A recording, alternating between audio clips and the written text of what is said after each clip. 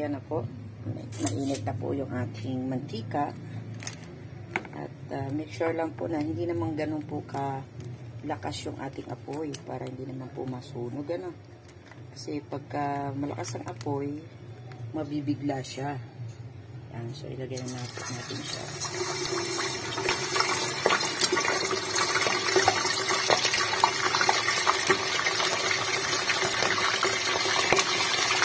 Malaki yung chicken. So, tamang-tama lang po sa tao.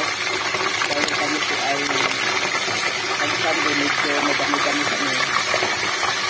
Sama-sama. Ayan po. Diba? Ano po ka? Lubog. Lubog ko na po yung isang bote. So, yan po ay hintay na po natin sa maging golden brown. Tapos pagka ano po, pirasan po natin ng konti. Kung 10 minutes sa kabila, 10 minutes ano. Para maganda po yung pagkaluto. Crispy! Diba? Natitikman natin kung gano'ng kasarap yung marinated chicken na dala ng aking manugan. So, ayan na po. Golden brown na po yung kabila. So, yan.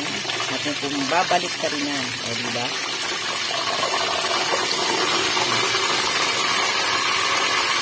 Takot ako sa talsik.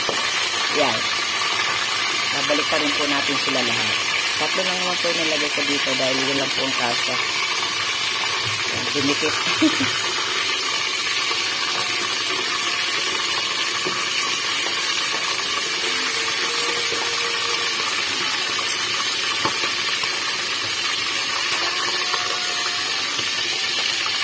So, hanguin na po natin mga kasimple at baka naman po ay matusta.